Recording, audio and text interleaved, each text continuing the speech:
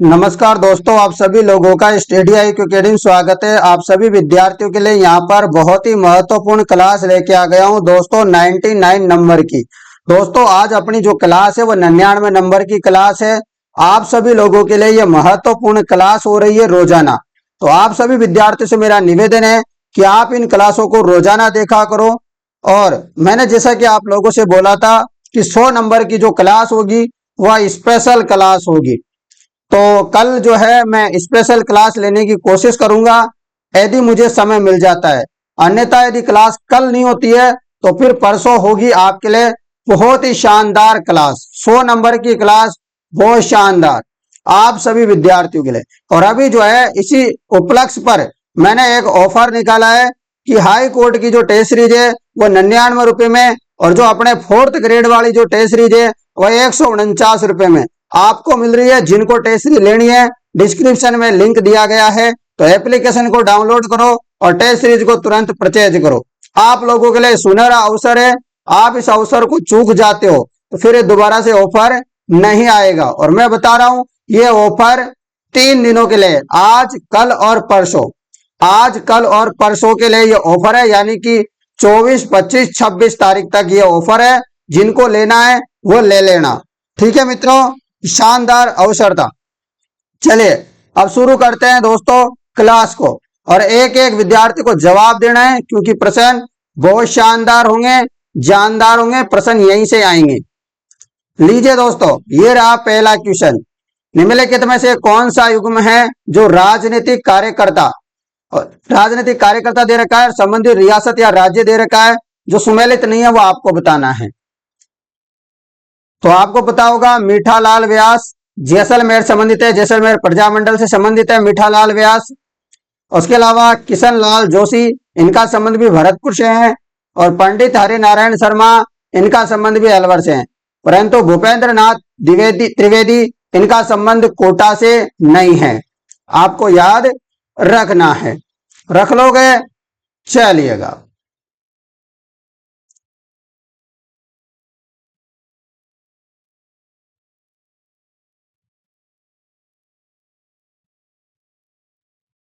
ये रहा अगला प्रश्न। 1857 की क्रांति को दबाने के लिए बीकानेर के किस शासक ने अंग्रेजों के सैन्य सहायता दी थी?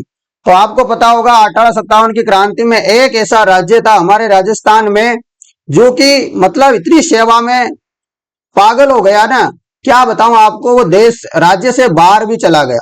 हमारे राजस्थान से बाहर तक भी जो है अंग्रेजों की मदद करने के लिए चला गया। मतलब अंग्रेजों के लिए फुल सपोर्ट था इनका, अंग्रेजों के लिए मर मिटने को तैयार थे। तो सोचिए वह कौन हो सकते हैं? तो बीकानेर के राजा थे। कौन थे? बीकानेर के राजा थे। ये आपको याद रखना है। और उनका नाम था सरदार सिंह। क्या नाम था? सरदार सिंह जो है उनका नाम था। ये जो है अंग्रेजों के दीवाने इनको कह सकते हो आप लोग। मतलब ये अंग्रेजों के लिए क्या थे? सरदार थे। ऐसे समझो अंग्रेजों के सरदार थे। तो कौन थे वह? बीकानेर के राजा थे सरदार सिंह। अगला प्रश्न, ऐसा प्रश्न अपन ने कल भी किया था, बिल्कुल।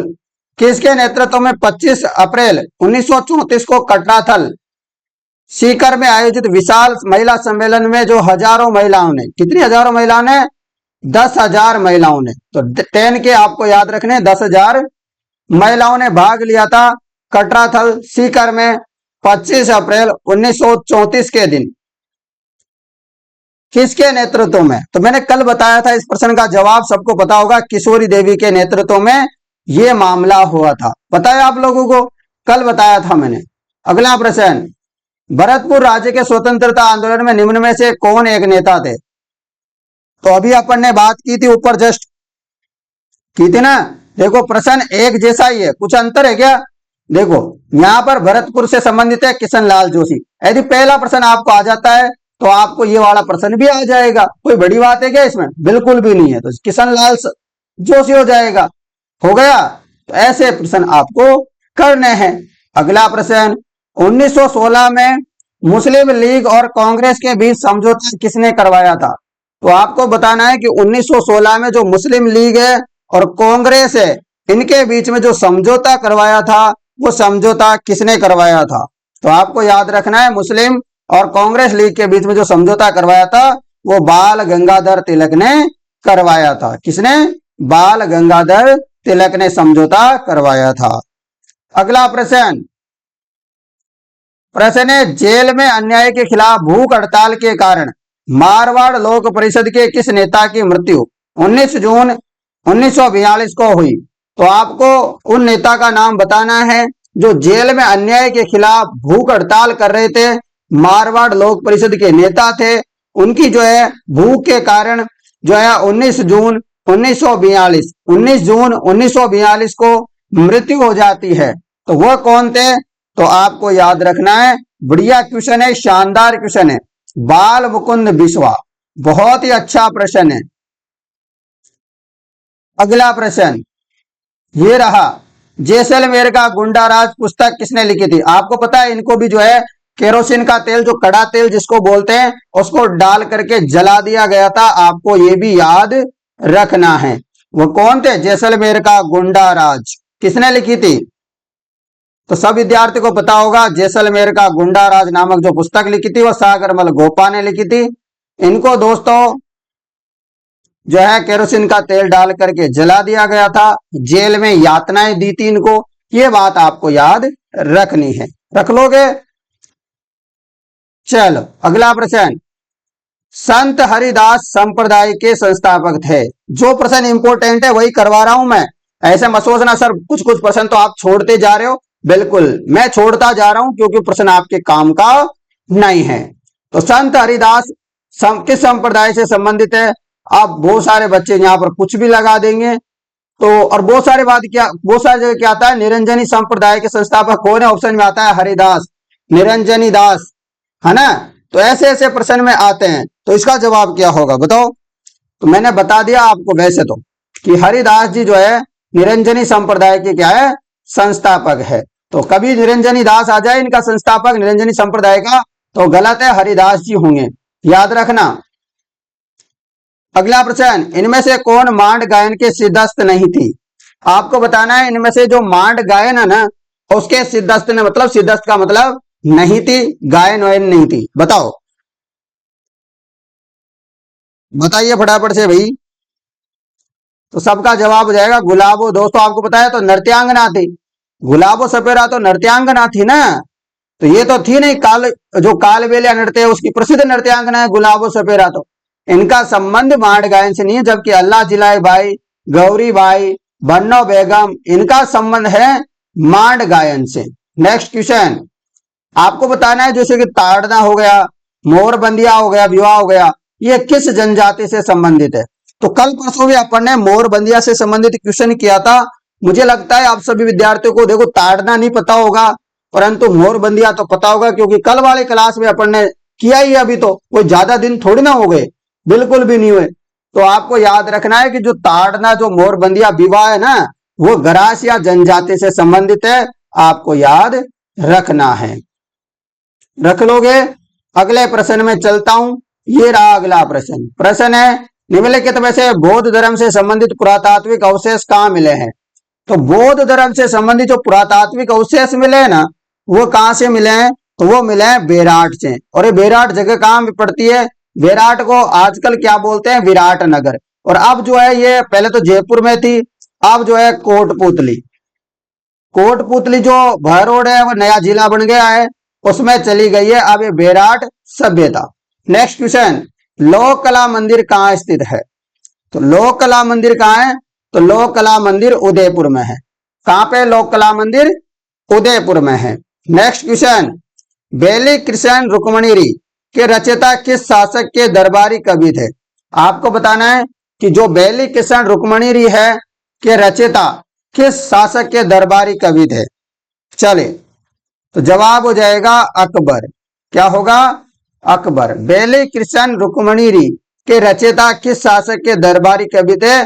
तो बेली कृष्ण रुक्मणी के रचयिता जो थे वो जो है अकबर के क्या थे? दरबारी कवि थे, आपको याद रखना है। अगला प्रश्न, गोपाल लाल सैनी का संबंध राजस्थान की किस हस्तकला से है? गोपाल लाल सैनी का जो है आपको बताना है संबंध किस हस्तकला से संबंधित है? तो जवाब हो जाएगा ब्लू पोट्री। क्या हो जाएगा? ब्लू पोर्ट्री, इसका सही जवाब हो जाएगा गोपाल सैनी का संबंध। बहुत बढ़िया क्वेश्चन है और हमको लगता भी नहीं है कि गोपाल सैनी का संबंध ब्लू पोर्ट्री से होगा, और बच्चे गलत कर देते हैं, कुछ और कला लगा देंगे इनमें से। तो अच्छे से याद रखना, अब मैं बता रहा हूं, लिख लो आप कहीं भी, इसको नोट डाउन कर लो कि गोपाल सैनी का संबंध ब्लू पोर्ट्री से है।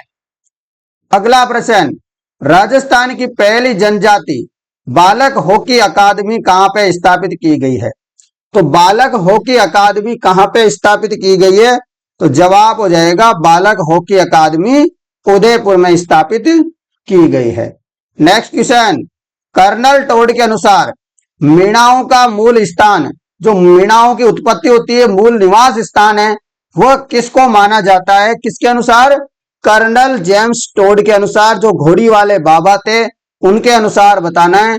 तो उनके अनुसार जवाब हो जाएगा काली खो, जो पर्वतमाला है वहां से बताया जाता है कि मीणाओं की उत्पत्ति हुई है। अगला प्रश्न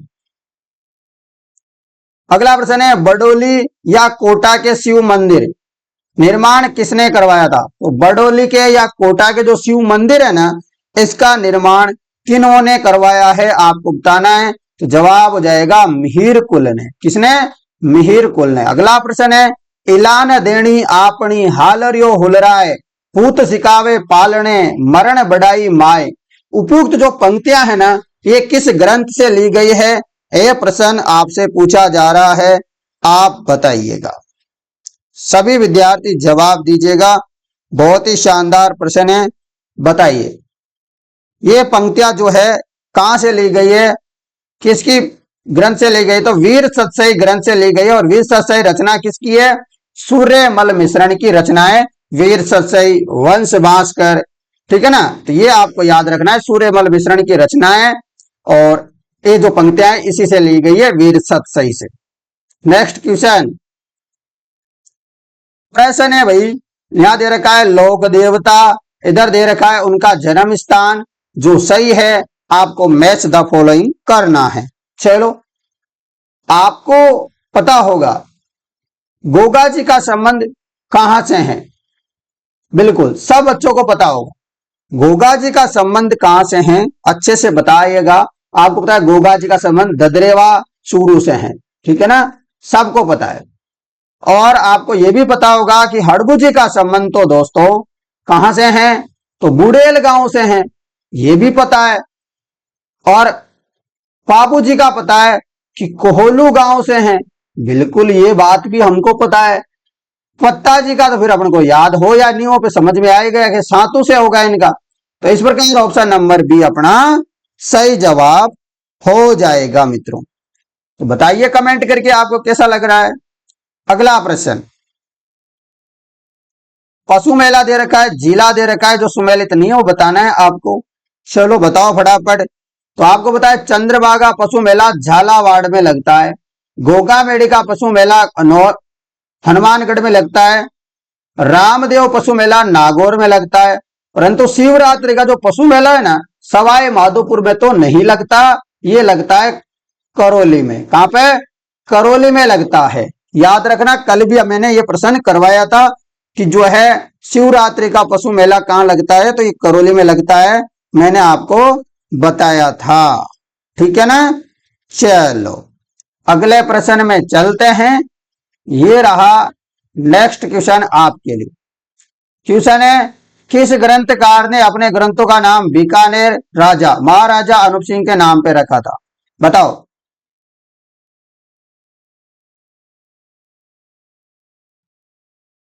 बताइए, ग्रंथकार ने अपने ग्रंथों का नाम बीकानेर महाराजा अनूप सिंह के नाम पे रखा था। तो जवाब हो जाएगा भाव भट्ट ने जो है महाराजा अनूप सिंह के नाम पे रखा था। ये प्रश्न जो है डिलीट कर दीजिएगा आप, क्योंकि ये अपने डिलीट किया गया है बोर्ड के द्वारा भी, आप भी डिलीट करो। अगला प्रश्न, राजस्थान में नरसिंह के नाम से प्रसिद्ध है। राजस्थान में जो नरसिंह है उसके नाम से प्रसिद्ध है, आपको बताना है। चलिएगा, जवाब हो जाएगा कवि दुर्लभ जी। कवि दुर्लभ जी को दोस्तों नरसिंह के नाम से भी जानते हैं। नेक्स्ट क्वेश्चन, कनफट्टे जोगी डमरू और सारंगी वाद्य यंत्रों के साथ किस देवी के गीत गाते हैं? जो कनफटे जोगी नहीं होते होते ना, वो डमरू लेते हैं साथ में, और साथ में सारंगी लेते हैं, और एक वाद्य यंत्र लेते हैं, उसके साथ गीत गाते हैं। किसके गीत गाते हैं ये आपको बताना है। तो आपको पता होगा जीण माता के गीत गाते हैं। जीण माता का मंदिर कहाँ है? जीण माता का रेवासा सीकर में मंदिर है। अगला प्रश्न, मेवाड़ राजघराने के अंत्येष्टि स्थल का क्या नाम है? आपको बताना है कि जो मेवाड़ राजघराना है, मेवाड़ रॉयल फैमिली है, उसका आपको बताना है अंत्येष्टि स्थल का क्या नाम है। तो जवाब हो जाएगा महासत्य। क्या हो जाएगा? महासत्य सही जवाब होगा। नेक्स्ट क्वेश्चन, निम्नलिखित में से राजपूताना के किस क्षेत्र पर वरिक वंश ने शासन किया था? तो वरिक वंश ने शासन कहां किया था? वरिक वंश ने शासन किया था बयाना। बयाना जगह कहां पड़ती है? भरतपुर में जगह पड़ती है बयाना। तो यहां पर वरिक वंश ने क्या किया था? शासन किया था। अगला प्रश्न, लोक नाट्य दे रखे एक तरफ स्थान दे रखा है, जो गलत है वो बताना है। चलो बताओ। आपको पता है नौटंकी भरतपुर के लोग करते हैं, भरतपुर धौलपुर वाले से समझो, और तमाशा जयपुर वाले करते हैं, तो जयपुर, ये बात तो सही है। रम्मत आपको पता है बीकानेर जैसलमेर की, परंतु तुरा कलंगी जो दे रखी है ये गलत दे रखी है। ठीक है ना, समझ गए? तो आपको ऐसे याद रखना है, मैं पहले भी बताया था कि भरतपुर में जाकर के अपने क्या है भजनलाल जी नौटंकी करते हैं, जयपुर में आकर के उस नौटंकी को तमाशा के रूप में बताते हैं, ऐसे समझ लो, तो आपको ज्यादा समस्या नहीं आएगी। ठीक है ना। चलो भाई, अगला प्रश्न है आपके लिए, ये रहा प्रश्न है, औगनिया, अंगूठिया, सुरलिया आभूषण कहां पहना जाता है? तो आपको कुछ बातों से भी समझ में आ रहा होगा कि सुरलिया आ रहा है तो सुनने से ही संबंधित होगा, तो फिर ज्यादा आपको को सोचना भी नहीं है। तो औगणिया और अंगूठिया, सुरलिया, यह आभूषण जो है कान में पहनते हैं। बिल्कुल। महाराणा प्रताप ने चावंड को अपनी राजधानी कब बनाया था? बताओ, महाराणा प्रताप ने चावंड को अपनी राजधानी कब बनाया था? तो जवाब हो जाएगा 1585 सही जवाब हो जाएगा। महाराणा प्रताप ने चावंड को अपनी राजधानी बनाया था कब? 1585 में। नेक्स्ट क्वेश्चन, आबानेरी तथा राजौरगढ़ के कलात्मक वैभव किस काल से संबंधित है? बताइए, आबानेरी तथा राजौरगढ़ के जो कलात्मक वैभव है ना, ये किस काल से संबंधित है, ये आपको बताना है। तो आपको पता होगा ये गुर्जर प्रतिहार, जो गुर्जर प्रतिहार काल है उसके समय के आबानेरी तथा राजौरगढ़ के कलात्मक वैभव। नेक्स्ट क्वेश्चन, हमीर भट्ट नामक ग्रंथ की रचना किसने की थी? तो हमीर हट नामक जो ग्रंथ है इसकी रचना किसने की थी? तो आपको याद रखना है, बताइए फटाफट। तो आपको पता है चंद्रशेखर। चंद्रशेखर जी का आपने फोटो तो जरूर देखा होगा। क्या है? मूछों के ताव देते रहते हैं। तो क्या है? हट है इनकी, ऐसे समझो कि मूछों के ताव दे रहे हैं, तो मतलब हट। तो हमीर हट यही तो लिखेंगे, और कोई थोड़ी लिख सकता है। अरे उन्होंने नहीं लिखी, उनके नाम जैसा कोई नाम था, आपको उनसे क्या पता। आपको चंद्रशेखर जी की तो फोटो देखी होगी, इसके अलावा और की तो नहीं देखी होगी, है ना। तो आपने ऐसे याद रखना है कि एकदम तगड़े गट्टे थे, और जो है चंद्रशेखर हमीर हट लिखी होगी क्योंकि हट्टे थे। बिल्कुल, तो ऐसे आपको याद रखना है। देखो, आप अपने तरीके से याद रख सकते हो, पर मैंने तो मेरा तरीका बता दिया आपको। अगला प्रश्न है, निम्नलिखित युद्धों में से उनके लड़े जाने के वर्ष के अनुसार पहले से आपको आखिरी तारीख तक चलना है, यानी कि जो पहले लड़ा है वो पहले लिखना है, जो अंत में लड़ा है वो अंत में लिखना है। चलो बताओ फटाफट। तो आपको पता है सबसे पहले सारंगपुर का युद्ध होता है। बिल्कुल सही बात है। तो ये 2 आना चाहिए पहले, तो यहां आएगा, ये नहीं होगा, ये भी नहीं होगा। सारंगपुर के बाद आपको पता है गागरोन का युद्ध हो जाता है। बिल्कुल, तो गागरोन में ये आएगा, ये तो आएगा नहीं। फिर होता है, आपको पता है कौन सा वाला, बयाना का युद्ध, फिर मावली का युद्ध। तो इस प्रकार ऑप्शन नंबर बी अपना सही जवाब होगा। आप इसको छोड़ दीजिएगा। अगला प्रश्न, ये देख लो एक बार, मलाज खंड किस खनिज उत्पादन से संबंधित है? मलाज खंड का संबंध किस के उत्पादन से संबंधित है? तो तांबा के उत्पादन से संबंधित है। राष्ट्रीय कृषि और ग्रामीण विकास बैंक नाबार्ड की स्थापना कब हुई थी? तो नाबार्ड की जो स्थापना हुई थी वो हुई थी 12 जुलाई 1982 को। नाबार्ड की स्थापना हुई थी 12 जुलाई 1982 को, याद रखना। चलेगा, अगला प्रश्न आपके लिए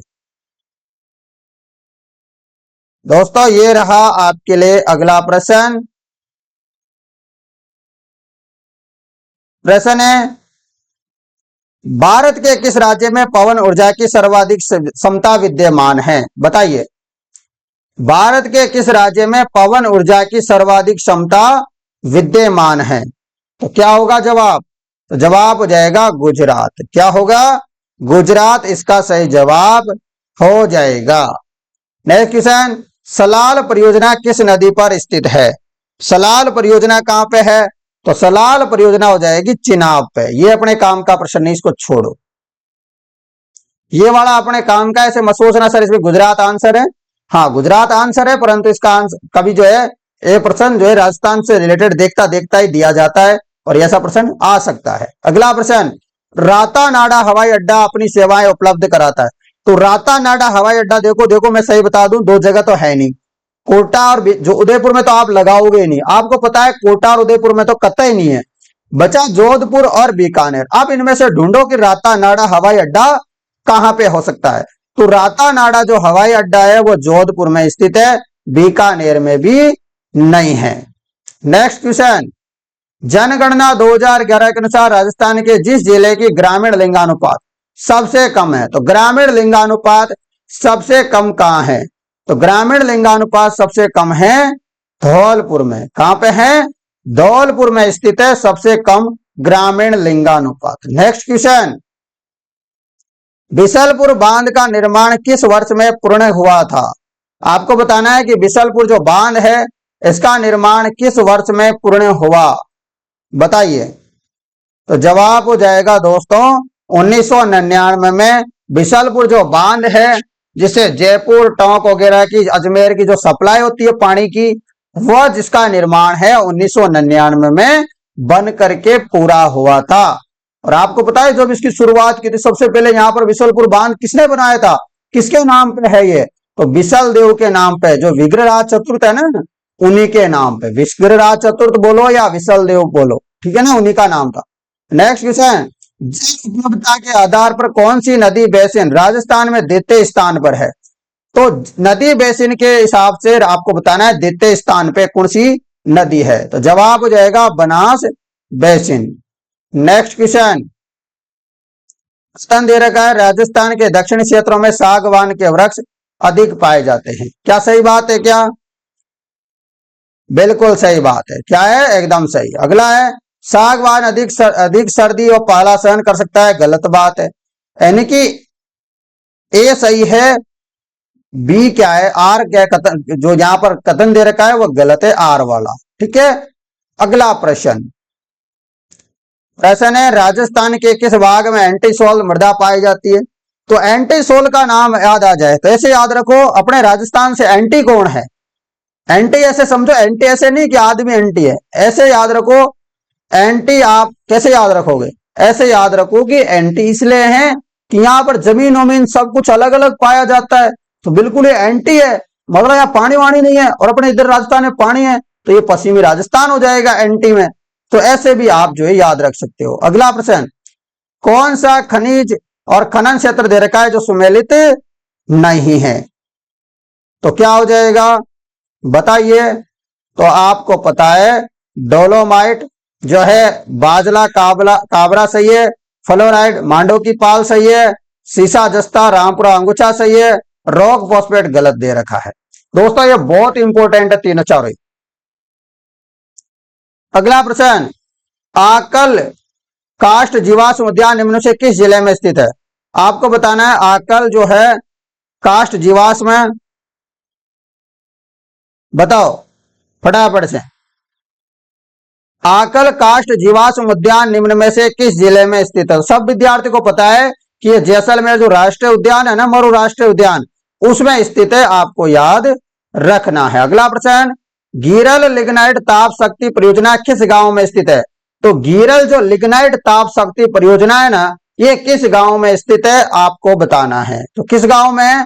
तो ये आपको याद रखना है, थुम्बली गांव बाड़मेर में स्थित है। तो गीरल लिग्नाइट ताप शक्ति परियोजना किस गांव में है? तो ये थुम्बली गांव बाड़मेर में स्थित है। नेक्स्ट क्वेश्चन है, कोपेन के जलवायु वर्गीकरण के अनुसार डूंगरपुर और बांसवाड़ा जिलों में किस प्रकार की जलवायु पाई जाती है? तो किस प्रकार की जलवायु पाई जाती है? तो AW प्रकार की जलवायु पाई जाती है। नेक्स्ट क्वेश्चन, राजस्थान में किस वृक्ष से कत्ता निकाला जाता है? तो मैंने कल आपको बताया था कि कतोड़ी जनजाति कहां मिलती है और वो क्या करती है, खेर के वृक्ष से खत्ता निकालती है। मैंने बताया था कि नहीं बताया था? बताया था ना कल। तो फिर आज आप इसका आंसर बताओ। तो अभी मैंने बता दिया कि खत्ता कतोड़ी जनजाति निकालती है, खेर के वृक्ष से निकालती है। समझ गए? और यह उदयपुर वगैरह इधर पाई जाती है यह जनजाति। अगला प्रश्न, एक तरफ नदी दे रखा है, एक तरफ सनदी जिला दे रखा है, जो सही नहीं है वो बताना है। चलो बताओ फटाफट। बाणगंगा आपको पता है जयपुर से संबंधित है। काकणी का संबंध जैसलमेर से है। तो वात्रक का संबंध क्या बांसवाड़ा से है क्या? नहीं है। तो फिर डाई नदी का बिल्कुल अजमेर से है, परंतु वात्रक का संबंध बांसवाड़ा से नहीं है। अपना जवाब बांसवाड़ा होगा। अगला प्रश्न, राजस्थान में सोयाबीन उत्पादन प्रमुख क्षेत्र कौन सा है? आपको पता है हमारा जो क्षेत्र है ना, जहां से मैं हूं, मतलब मैं बूंदी से हूं, तो उधर जो बारा कोटा ये जो एरिया है ना, इधर जो है सोयाबीन बढ़िया होता है। तो हाड़ौती पठार से ही जवाब हो जाएगा कि यहाँ पर सोयाबीन की खेती बढ़िया होती है। अगला प्रश्न, 2011 की जनगणना के अनुसार राजस्थान में जनसंख्या सर्वाधिक जनसंख्या वाले जिले अहोरोही। अहोरोही मतलब डिसेंडिंग ऑर्डर, डिसेंडिंग ऑर्डर मतलब घटता हुआ ऑर्डर, मतलब ज्यादा से कम की तरफ। चलो बताओ, सबसे ज्यादा जनसंख्या आपको पता है जयपुर में, जयपुर के बाद जोधपुर में। तो इनमें भी आ रहा है, इसमें भी आ रहा है, इसमें भी आ रहा है, इसमें भी आ रहा है, इसमें है नहीं, इसमें है नहीं। आप बताओ इन दोनों में से आगे अलवर होगा या नागौर होगा? बताओ। तो दोस्तों नागौर तो होगा नहीं, तो फिर अलवर हुआ, फिर नागौर होगा। समझ गए? तो सबसे ज्यादा जनसंख्या जयपुर, फिर जोधपुर, फिर अलवर, फिर नागौर। समझ गए? तो ये याद रखना है। अगला प्रश्न, राजस्थान में ऑयल रिफाइनरी की स्थापना कहां की जा रही है? तो राजस्थान में जो ऑयल रिफाइनरी है इसकी स्थापना कहां की जा रही है? तो ये आपको याद रखना है बाड़मेर में। याद रख लोगे? बाड़मेर में। नेक्स्ट क्वेश्चन, विधानसभा चुनाव में अस्पष्ट बहुमत के कारण राजस्थान में राष्ट्रपति शासन कब लगाया गया था? तो कब राष्ट्रपति शासन लगा था बताइए? बहुमत नहीं मिला था उसके कारण 1967 में। कब? 1967 में, याद रखना। नेक्स्ट क्वेश्चन, राजस्थान राज्य मानवाधिकार आयोग के अध्यक्ष एवं सदस्यों की चयन समिति निम्नलिखित में से कौन शामिल नहीं है? तो कौन शामिल नहीं है बताइए? चलिए बताइए फटाफट से, क्या हो जाएगा जवाब? तो राज्यपाल। तो राज्य मानवाधिकार जो आयोग का सिलेक्शन करते हैं ना राजस्थान में, उसमें उस समिति में शामिल नहीं होता राज्यपाल। ये बात आपको याद रखनी। जबकि मुख्यमंत्री, विपक्ष का नेता, गृह मंत्री, तो मुख्यमंत्री और गृह मंत्री तो एक ही है, ये शामिल होते हैं। अगला प्रश्न, निम्नलिखित में कौन सा कथन असत्य है? बताइए कौन सा कथन असत्य है? तो आपको पता है पंचायत अनुसूचित क्षेत्र के विस्तार यानी कि पैसा अधिनियम 24 दिसंबर 1996 को लागू हुआ। बिल्कुल सही है। पैसा अधिनियम दिलीप सिंह भूरिया समिति की अनुशंसा पर बनाया गया। बिल्कुल सही बात है।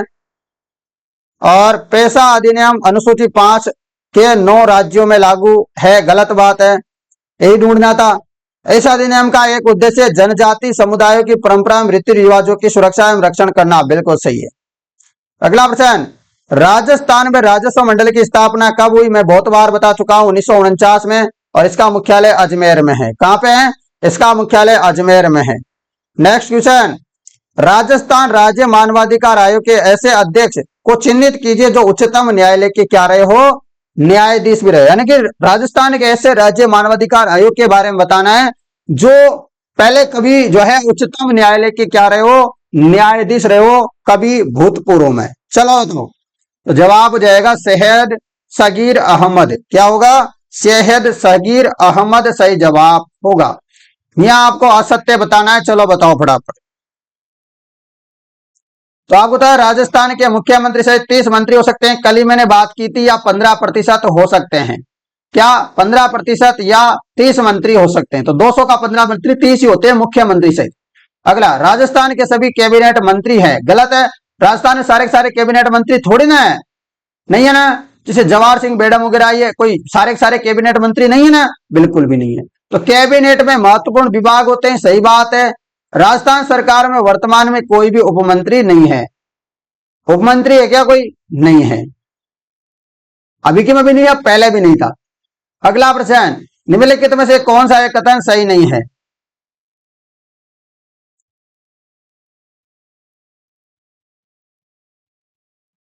सन 1772 में वारेन हेस्टिंग द्वारा जिला कलेक्टर पद सर्जित किया गया। तो आपको पता है इंडियन पॉलिटी भी अपने दे रखी है, तो वहां से प्रश्न आ सकता है, तो इसको अच्छे से कर लो। 1772 में वारेन हेस्टिंग द्वारा जिला कलेक्टर का पद सर्जित किया गया, सही बात है। जिले में जिला कलेक्टर मुख्य प्रोटोकॉल अधिकारी कार्य करता है, बिल्कुल है। भारत के संविधान के अनुच्छेद 233 में जिला न्यायाधीश शब्द का उल्लेख किया गया, बिल्कुल। राम से मैकडोनाल्ड ने कलेक्टर को संस्थागत करिश्मा कहा, गलत बात है। अगला प्रश्न आपके लिए, प्रश्न ये रहा, राजस्थान उच्च न्यायालय का उद्घाटन राज प्रमुख सवाई मान सिंह द्वारा में किया गया। आपको बताना है कि राजस्थान उच्च न्यायालय का उद्घाटन राज प्रमुख हुआ करते थे पहले, सवाई मान सिंह, उन्होंने किया था। आप बताओ कब किया था? तो आपको याद रखना है 29 अगस्त 1949 में, 29 अगस्त 1949। नेक्स्ट क्वेश्चन, निम्नलिखित से कौन राजस्थान से राज्यसभा चुनाव के लिए निर्वाचित नहीं हुआ? आप इनको छोड़ दो। अगला प्रश्न, निम्नलिखित में कौन सा आयोग सही सुमेलित नहीं है? बताओ, सही सुमेलित नहीं है तो आपको पता है 243 आर, ये तो अपने राजस्थान से संबंधित है, प्रश्न आ सकता है। 243 आर, इसमें नगर पालिकाओं की संरचना का उल्लेख है, सही बात है। 243 वार्ड समितियों का संरचना के बारे, गठन और संरचना के बारे में है। आगे बात करें 243 जेडी महानगर योजना समिति का गठन, सही है, परंतु ये क्या है? गलत है। नेक्स्ट क्वेश्चन,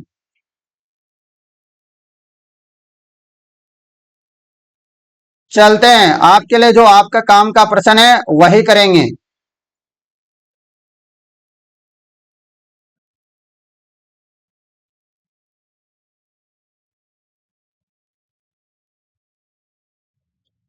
चलिए, जो इंपॉर्टेंट है आपके लिए, जो आपके पेपर में आ सकता है, उन प्रश्नों को देखेंगे, फालतू का प्रश्न नहीं करेंगे। राजस्थान मुख्यमंत्री राजनीति योजना कब आई थी? तो मुख्यमंत्री राजनीति योजना कब आई थी? तो आपको याद रखना है सन 2020 में। तो राजनीति योजना कब आई थी? 2020 में आई थी, याद रखना है, इंपोर्टेंट। अगला प्रश्न, HPCL Rajasthan refinery limited, Hindustan petroleum corporation limited, HPCL एवं राजस्थान सरकार के मध्य इक्विटी भागीदारी कितनी है? तो आपको बताना है एचपीसीएल और राजस्थान के मध्य कितने कितने की हिस्सेदारी है। अरे तो आपको पता है एचपीसीएल की ज्यादा है, राजस्थान की कम है। ऐसा तो है नहीं कि ज्यादा हो जाए राजस्थान की, बिल्कुल भी राजस्थान सरकार की ज्यादा नहीं। चलो बताओ तो फिर क्या हो सकती है? तो आपको पता है कि जो एचपीसीएल है उसका 74% हिस्सा है और राजस्थान सरकार का 26% हिस्सा है रिफाइनरी में। नेक्स्ट क्वेश्चन, पंचायती राज के किस स्तर पर एक सातिन का चयन महिला विकास कार्यक्रमों की मानदेय महिला कार्यकर्ता के रूप में? तो मैं बहुत बार बताया भी था पहले कि सातिन के पदों पे भर्ती निकल गई, ऐसा निकल गया। तो कहां पे होती है सातिन? तो आपने भी आपके गांव वाँव में देखा होगा, सातिन जो है ग्राम पंचायत स्तर पे होती है। कहां पे होती है? गांव ग्राम पंचायत में होती है। अगला प्रश्न, भूजल प्रबंधन के लिए हेलीबोर्न सर्वेक्षण तकनीकी का प्रारंभ राजस्थान के किस जिले में किया गया? किसका? हेलीबोर्न सर्वेक्षण तकनीकी का जो प्रारंभ है वो कहां पे किया गया? बताओ। तो जवाब हो जाएगा मित्रों जोधपुर में। कहां पे? जोधपुर में। नेक्स्ट क्वेश्चन, राजस्थान में मक्का की खेती के प्रमुख जिले हैं। तो मक्का की खेती कहां होती है? आप बताइए। तो मक्का की खेती होती है चित्तौड़, बांसवाड़ा और बूंदी। चित्तौड़, बांसवाड़ा, बूंदी। नेक्स्ट क्वेश्चन, राजस्थान खादी एवं ग्रामोद्योग बोर्ड द्वारा खादी प्लाजा का निर्माण कहां किया जाएगा? तो कहां पे किया जाएगा? तो जवाब हो जाएगा जयपुर में। कहां पे? जयपुर सही जवाब होगा। अगला प्रश्न, निम्नलिखित में से किन्हें पवन वृहद परियोजना से सिंचाई सुविधा मिलेगी? तो जो परवन जो वृहद परियोजना है ना, इससे लाभ किस किस को मिलेगा और क्या है पूरा मामला बताओ। तो झालावाड़ को लाभ मिलेगा, 12 को मिलेगा, कोटा। तो झालावाड़, 12, कोटा को लाभ मिलेगा और इसके जो है 637 गांव है। कितने? 637 गांवों को लाभ मिलेगा। इसको छोड़ दीजिएगा आप। अगला प्रश्न, राजस्थान में उत्सव भोजन योजना संबंधित है। तो राजस्थान में जो उत्सव भोज योजना नहीं होती क्या, राजस्थान में उत्सव भोज योजना आपको याद होगा दोस्तों, जो मिड डे मील योजना है ना, जो गांव में स्कूलों में मिड डे मील योजना, खाना नहीं मिलता है, मिलता है ना। जैसे आपका बर्थडे है, आपको मन कर रहा है कि मुझे तो आज कुछ धर्म वरम कर्म कुछ करना है, तो जाओ स्कूल में और मिड डे मील योजना में अपना उत्सव भोज का कार्यक्रम रखवा दो। ठीक है, तो ऐसे भी आप कर सकते हो। अगला प्रश्न, श्रम ब्यूरो शिमला सितंबर 2020 में राजस्थान के किन केंद्रों को औद्योगिक श्रमिकों हेतु उपभोक्ता मूल्य सूचकांक आधार वर्ष 2016 जारी करता है। जवाब हो जाएगा अलवर, भीलवाड़ा, जयपुर। ये काम के नहीं है आपके, ये प्रश्न अब दोबारा से नहीं आएंगे, याद रख लो। सिंधु घाटी सभ्यता किस स्थल को जुलाई 2022 में यूनेस्को ने विश्व विरासत सूची में शामिल किया। किसको किया था विश्व विरासत सूची में, इसको छोड़ दीजिएगा, इनमें से कोई नहीं, ये गलत है। बताइए 2025 में विश्व एथलेटिक्स चैंपियनशिप की मेजबानी निम्न में से कौन सा शहर करेगा या कर गया, बताइए। जवाब जाएगा टोक्यो। क्या होगा, टोक्यो सही जवाब होगा।